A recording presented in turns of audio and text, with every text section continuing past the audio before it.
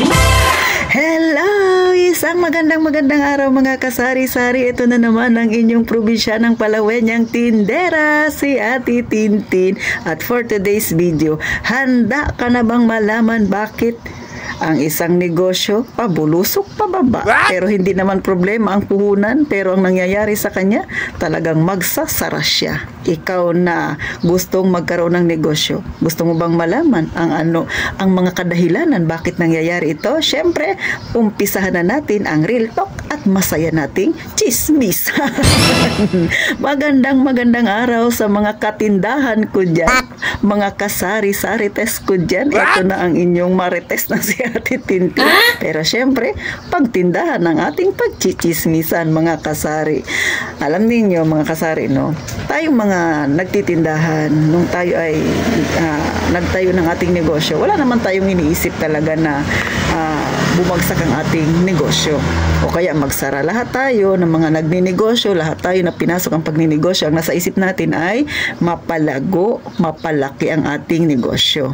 No? Pero minsan mga kasari, no, may mga dalawang kadahilanan bakit bumabagsak ang isang negosyo. Hindi dahil kulang siya sa puhunan, hindi iyon ang dahilan.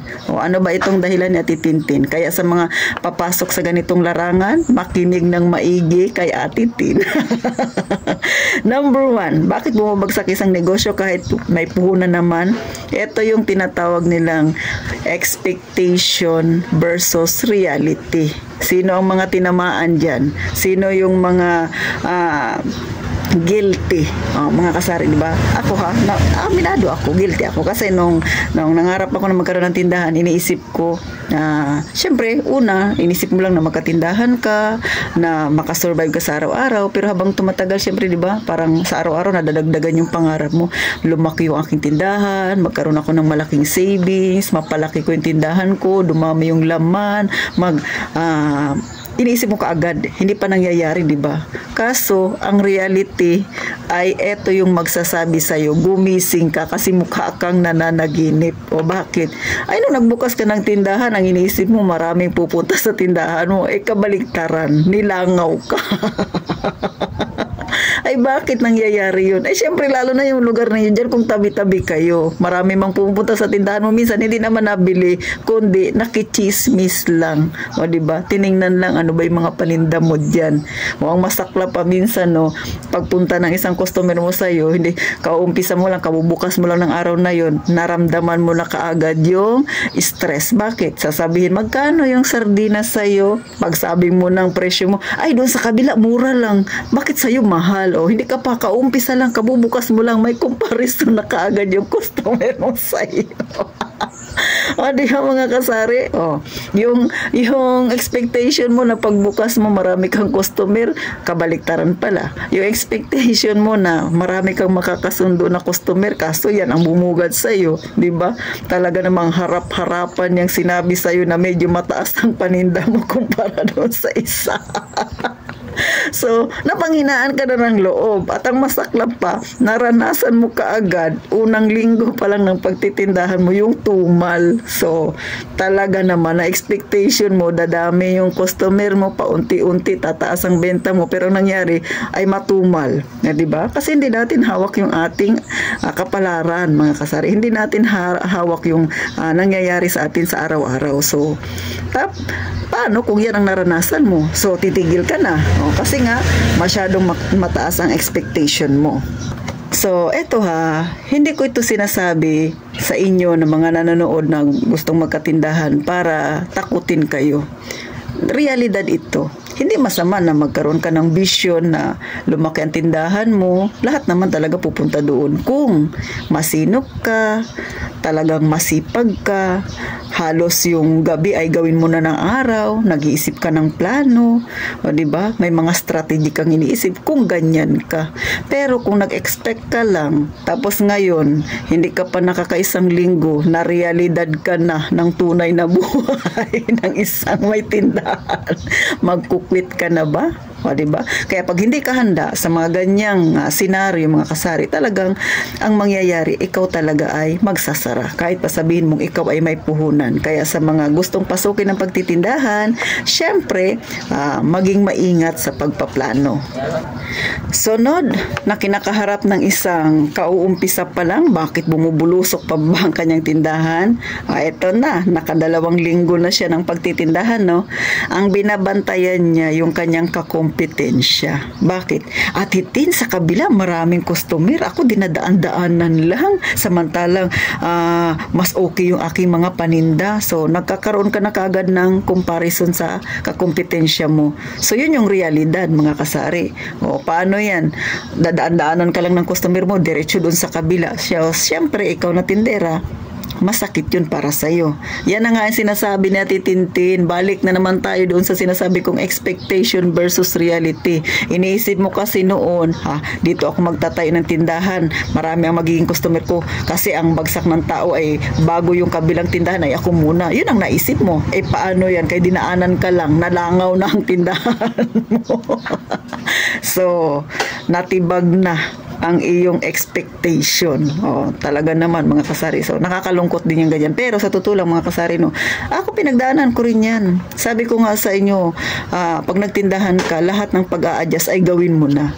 Lahat ng pangunawa ay gagawin mo na. Pero, huwag mong titingnan ang kakompetensya mo. Huwag mong problemahin yung kakompetensya mo. Ang gawin mo, dapat ma-inspired ka. Bakit maraming bumibili sa kanya, sa'yo wala. Yan ang isipin mo. Dapat gumawa ka. Mag-isip ka ng plano na makakatulong sa iyo, hindi na ma-insecure ka doon sa kabilang tindahan. Kasi pagka ganyan, yung kabilang tindahan ang binabantayan mo, ay ang ginagawa mo na yan, papunta na yan sa inggit. Walang gamot ang inggit. Tandaan niyo yan, mga kasari. Kaya tayo, ang gawin natin, pagpaplano. Mag-isip, ano ba yung ginagawa ng aking kapitbahay? Bakit marami siyang kakompetensya na wala, marami siyang customer, bakit ako wala? So, yan ang isipin mo. Ano ba yung pwede kong itinda na sa tingin ko ay makaka-attract sa customer para puntahan ako ng customer. So, yun ang isipin mo. Huwag yung panay expectation ka lang, pero wala ka namang ginagawa. Siyempre, ang equals niyan ay reality. Ang reality, wala kang ginagawa, walang pupunta na customer sa'yo. Hindi ibig sabihin may tindahan ka, si customer lalapit sa'yo. Hindi. Marami kang gagawing puhunan dyan. Hindi lang pera ang puhunan, kundi siyempre kung paano ka makipagkapwa-tao, kung paano mo pansinin ng customer mo, anong klase ka bang makiharap sa kanila, yung mga paninda mo ba, gaano ba ka-attractive sa kanila, ano ba yung pwede mong gawin para puntahan ka ni customer. So, dapat yan yung ganyang mga mindset. Hindi yung pinoproblema mo, ang hindi mo naman problema. Problemahin mo yung sarili mo. Yun dapat, mga kasari. Kasi nasa larangan tayo ng totoong buhay. Hindi yung panay ka lang expect. Wala ka namang ginagawa. Diba? So, ini-stress mo lang yung sarili mo, mga kasari. Kaya sa lahat ng gustong pasukin yung ganitong larangan, mga kasari, hindi ibig sabihin na may puhunan ka, may location ka na, marunong ka magbenta, ay okay na yun. Hindi. Araw-araw, marami kang natututunan. Araw-araw, marami kang natutuklasan. At minsan, si customer mo pa mismo ang magsasabi sa'yo. Sino mga naka-encounter ng ganyan? Ako, in-encounter ko yan, dati, hindi ako nagtitinda ng tinapay na may palaman kasi mahal ang peanut butter kung bibili ako. Pero naisip ko, paano kung ako kaya ang gumawa? So, bago ako nagtinda ng tinapay, nag-research muna ako sa YouTube paano gumawa ng peanut butter. So, ngayon, sa Titintin, malakas ang tinapay ko kasi marami ako magpalaman at gusto nila yung lasa ng aking peanut butter. Pero bago nangyari yan, mga kasari, nag-research pa ako, nakailang trial and error ako sa paggawa ng peanut butter bago ko na perfect yung aking palaman. Ngayon, marami nang bumibili, mga kasari. So, ganun tayo. Mag-isip tayo ng paraan. Hindi yan na basta ilagay mo lang dyan, bibenta ka. Hindi, mga kasari. Ano pa yung mga ginawa na Titintin? Yung siomai ko. Paggawa ng sauce, inaral ko rin yan. Trial and error din ako. Kaya, pag may customer ako na hinihingi kung paano gumawa ng chili garlic, paano gumawa ng aking sauce na walang kalamansi, kasi gustong-gusto nila yung lasa, hindi ko sinishare kasi pinaghirapan ko yun. Nakailang trial trial and error si Ate Tintin. So, isa yan sa mga pinupuntahan ng customer ko. Kaya kahit maliit ang tindahan ni Ate Tintin, kahit sabihin natin hindi ganon kalaki minsan ang aking kinikita, pero syempre, pasulong tayo. Huwag tayong paurong mga kasari. Hanggang dito na lang si Ate Tintin, mga kasari. Sana nakakuha kayo ng kaunting idea. Tandaan, hindi masama ang mag-expect ka. Pero kasabay ng expectation mo, dapat gawan mo rin ng paraan. Maging action ang gawin mo, ha, para maging reality siya. Hanggang dito na lang. Sana suportahan niyo si Ate Tintin sa susunod na video. At syempre, gaya nga ng palagi kong sinasabi, mag-iingat tayong palagi, mga kasari.